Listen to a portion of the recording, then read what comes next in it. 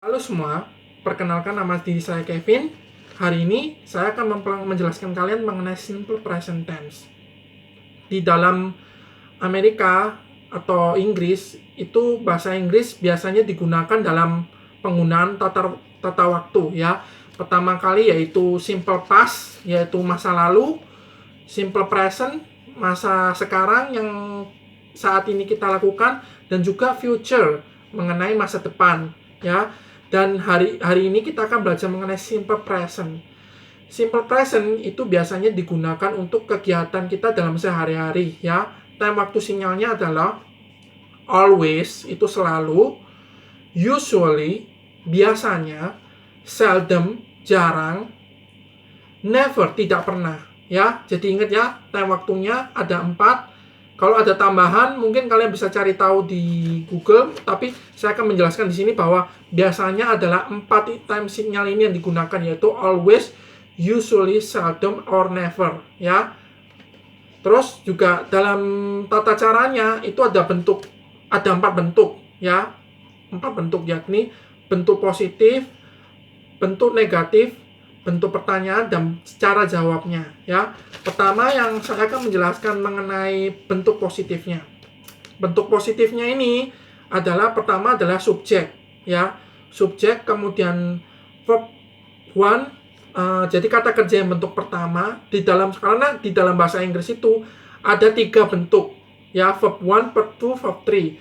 Verb one itu digunakan untuk present, saat ini. Yang kedua adalah simple past, bentuk dari lampaunya. Yang ketiga ini adalah bentuk dari perfect-nya ya. Jadi verb 3-nya ya. Tapi kita tidak akan menggunakan verb 2 atau verb 3, only verb 1, bentuk dasarnya ya. Jadi subjek verb 1 plus s dan es plus objek. Ya, ingat ya. Nah, dalam bentuk positif ini untuk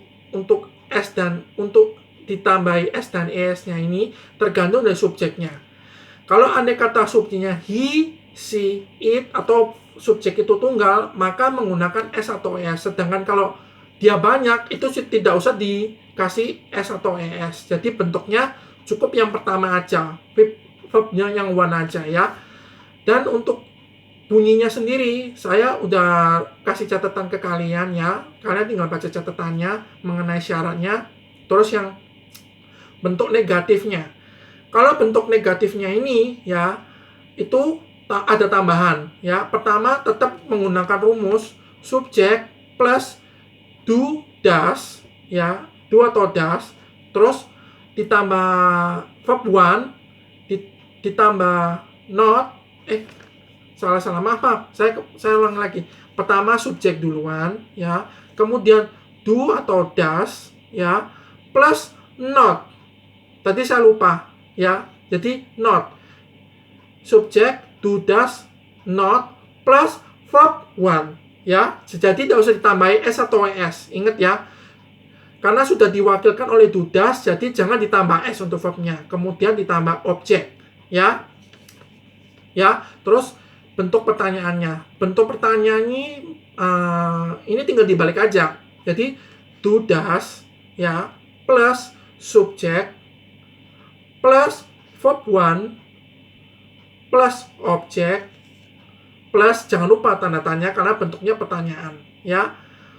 Jadi jawabnya, kalau jawab rumusnya untuk menjawab pertanyaan ini yang positif adalah pertama adalah yes plus subjek plus do atau does. Jadi gampang.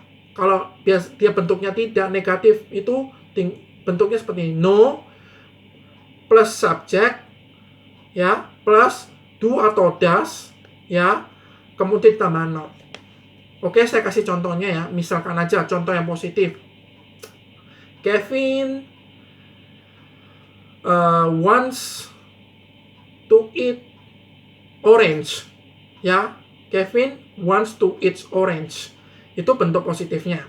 Kalau bentuk negatifnya, Kevin doesn't want to eat orange ya. Doesn't, jadi singkatannya does itu atau do, don't, do ditambah not jadi don't, does ditambah not jadi doesn't ya. Ya, jadi itu ya tadi Kevin doesn't want to eat orange. Betul apa enggak? Saya lupa. Pokoknya gitu. Untuk yang bentuk pertanyaannya, does Kevin want eat orange? To eat orange? Jawabannya, yes, he does. Jadi, Kevin bisa diganti jadi he. Kemudian yang, kalau jawabannya negatif, no, he doesn't. Ya, he doesn't. Ya, jadi kurang lebihnya jadi seperti itu. Nah, saya sudah memberikan latihan kepada kalian. Kalian tinggal mengerjakannya di sana. Kalau kalian memang tidak bisa, silakan hubungi WA saya ya. Oke, sekian dulu ya mengenai penjelasan dari saya Kevin ya. Oke, sampai jumpa.